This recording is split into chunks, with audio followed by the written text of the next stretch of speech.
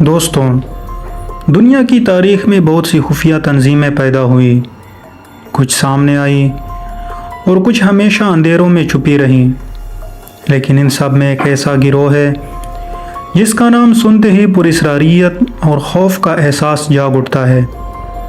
ایک ایسی سوسائٹی جو دعویٰ کرتی تھی کہ وہ کائنات کی سب سے طاقتور توانائی کو قابو کر سکتی ہے۔ یہ کہانی ہے وریل سوسائٹی کی۔ سال تھا 1918، جب پہلی جنگ عظیم ختم ہو رہی تھی۔ جرمنی شکست اور بدحالی کے سائے میں ڈوبا ہوا تھا۔ انہی دنوں ایک خفیہ گروپ وجود میں آیا، یعنی وریل سوسائٹی۔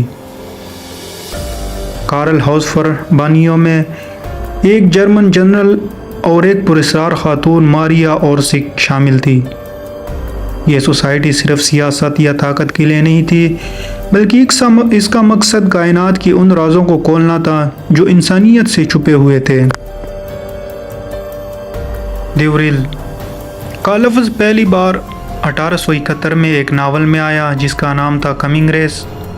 اس ناول میں ایک زیر زمین قوم دکھائی گئی تھی جو وریل نامی توانائی سے حیران کن طاقتیں حاصل کرتی تھی۔ وہ لوگ اڑ سکتے تھے، دماغ سے چیزوں کو حرکت دے سکتے تھے اور ایک دوسرے کے خیالات بھی پڑھ سکتے تھے۔ وریل سوسائٹی نے اس فکشن کو حقیقت مان لیا۔ ان کا عقیدہ تھا کہ یہ توانائی زمین کے اندر یا کائنات میں کہیں موجود ہے، اور اگر اسے قابو کر لیا جائے تو انسان سپر ہیومن بن سکتا ہے۔ وریل سوسائٹی صرف بحث یا تحقیق پر محدود نہیں تھی۔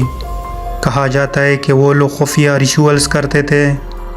یہ ریچولز میں سمبلز اور میڈیٹیشن اور مخصوص چانٹنگ شامل تھی۔ کچھ آئی وٹنسز کے مطابق ان کی میٹنگز کینڈل لائٹ چیمبرز میں ہوتی، دیواروں پر پراسرار نشانات بنے ہوتے اور کمرے میں عجیب سی توانائی محسوس ہوتی۔ ان کا ماننا تھا کہ انہی ریچولز کے ذریعے وہ وریل انرجی کو کھینچ سکتے ہیں۔ وریل سوسائٹی کی سب سے خوفناک اور پراسرار شخصیت ماریا اورسک تھی۔ وہ ایک فزک میڈیم کہی جاتی تھی۔ کہا جاتا ہے کہ ایک دن ٹرانس میں ان کے پاس پیغامات آنے لگے۔ یہ پیغامات جرمنی زبان میں نہیں تھے، بلکہ پراسرار سمبلز اور قدیم سومیرین زبان میں تھے۔ تحقیق کے بعد دعویٰ ہوا کہ یہ پیغامات سٹار سسٹم کے ایلین نے بھیجے ہیں۔ ان پیغامات میں اسپیس شپ یا UFO کے اسکیچز تھے۔ انہی ایلین اور ان کے گروپ نے کہا کہ ماریا کو ہم ایڈوانس ٹیکنالوجی دے رہے ہیں تاکہ انسان وریل انرجی کو استعمال کر کے آسمان پر اڑ سکے۔ نازی دور میں اکلٹ اور مسٹیشین میں گہری دلچسپی تھی۔ علوم عقل جیسے لیڈرز ہلمر کے دیوانے تھے۔ کہا جاتا ہے کہ نازیوں نے وریل اور تل سوسائٹیز کے ذریعے UFO ڈیزائن پر ایکسپیریمنٹ شروع کیے۔ پراسرار ڈاکومنٹس میں ذکر ملتا ہے کہ 1930 میں جرمن انجینئرز نے ہمبو نامی فلائنگ ڈسک بنائے۔ کچھ دعوے تو یہاں تک ہے کہ ڈسک اینٹی گریویٹی انجن سے چلتے تھے، اور دوسری جنگ عظیم کے آخر میں ان مشین کو گواہوں نے جرمنی کے آسمانوں پر اڑتے دیکھا۔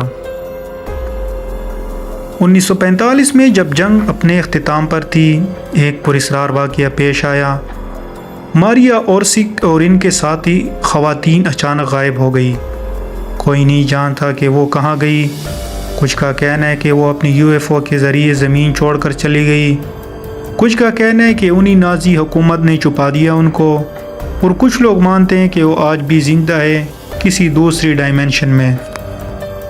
سسپیکٹس کا کہنا ہے کہ یہ سب کہانیاں ہیں جنہیں بڑا چڑھا کر کانسپیرسی تھیوریسٹ جنگ کے بعد بیان کر دیا ہے، لیکن UFO سائنس، پراسرار نازی ٹیکنالوجی اور ماریا اورسک کے غائب ہونے کے واقعات آج بھی سوال اٹھاتے ہیں۔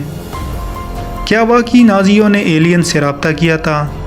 کیا وریل انرجی ایک حقیقی طاقت ہے جسے آج بھی سیکرٹ گورنمنٹ استعمال کرتی ہے، یا یہ سب ایک ایسا راز ہے جو کبھی کھل کر سامنے نہیں آئے گا؟ وریل سوسائٹی ایک ایسا راز جو وقت کے پردے میں چھپ گیا، لیکن یاد رکھیں، کائنات کے اندھیروں میں چھپی طاقتیں ہمیشہ انسان کو اپنی طرف کھینچتی رہیں گی۔ شاید کسی دن یہ طاقتیں دوبارہ ظاہر ہوں اور تب دنیا ویسی نہ رہے گی جیسے آج ہے۔